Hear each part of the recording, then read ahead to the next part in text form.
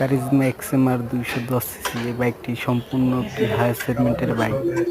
তো ভাইয়ের গাড়িটি খোলার কারণ হচ্ছে সে বাইরে থেকে ওয়াশ করে এবং ওয়াশের প্রেশার বেশি হওয়ার কারণে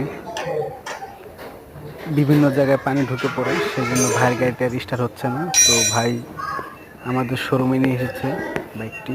তো আমরা এখন সম্পূর্ণ খুলতেছি।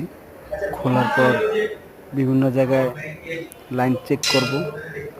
লাইন চেক করার পরে দেন আমরা বাইকটি আবার ফিটিং করব, দেখব কি হয়েছে, বাইকটি কোথায় পানি ঢোকার কারণে সমস্যাটা হয়েছে। তো আমাদের শোরুমের নাম হচ্ছে সাভার সুতি মোটরস। যারা আমাদের সাভারে 210 সিসি বাইকটি নিয়েছেন এক্সএমআর, তারা আমাদের সাথে যে কোনো কারিজমা এক্সএমআর 210 সিসি বাইকটি আপনার